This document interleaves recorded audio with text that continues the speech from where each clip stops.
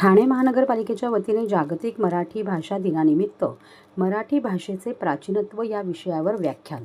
जागतिक मराठी भाषा दिनाचे औचित्य साधून मराठी भाषेच्या समृद्ध परंपरेचा आणि ऐतिहासिक वारशाचा गौरव करण्यासाठी मराठी भाषेचे प्राचीनत्व, मराठी भाषेच्या जन्मापासून आजवरची स्थित्यंतरे या विषयावर ज्येष्ठ साहित्यिक व पत्रकार श्रीकांत बोजेवार यांच्या व्याख्यानाचे आयोजन उद्या शुक्रवार दिनांक 27 फेब्रुवारी 2026 रोजी करण्यात आले आहे. हा कार्यक्रम सायंकाळी 4 वाजता महानगरपालिकेच्या कैलास नरेंद्र बल्लाळ सभागृह येथे होणार आहे.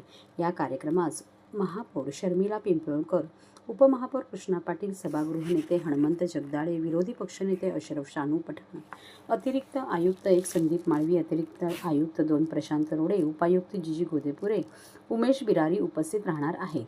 मराठी भाषेची उत्पत्ती, तिची प्राचीन मुळे, संत साहित्यांची परंपरा, शिवकालीन आणि पेशवेकालीन काळातील भाषेची भूमिका तसेच आधुनिक काळातील मराठी भाषेचे बदलते स्वरूप यांचा सखोल आढावा ज्येष्ठ साहित्यिक श्रीकांत बोजेवार हे आपल्या व्याख्यानातून घेणार आहे.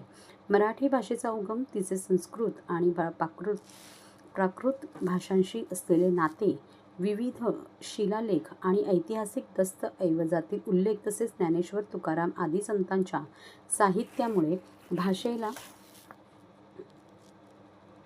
लाभलेले वैभव यावरही ते प्रकाश टाकणार आहेत. मराठी ही केवळ संवादाची भाषा नसून संस्कृती, परंपरा आणि अस्मितेची वाहक आहे. हा संदेश या व्याख्यानातून अधोरेखित होणार आहे. जागतिक मराठी भाषा दिनानिमित्त आयोजित या कार्यक्रमाच्या माध्यमातून मराठी भाषेचे जतन, संवर्धन आणि प्रसार यासाठी समाजात जागरूकता निर्माण करण्याचा प्रयत्न करण्यात येणार आहे. विद्यार्थ्यांनी, साहित्यप्रेमींनी आणि नागरिकांनी मोठ्या संख्येने उपस्थित राहून व्याख्यानाचा लाभ घ्यावा असे आवाहन महापालिकेतर्फे करण्यात आले आहे.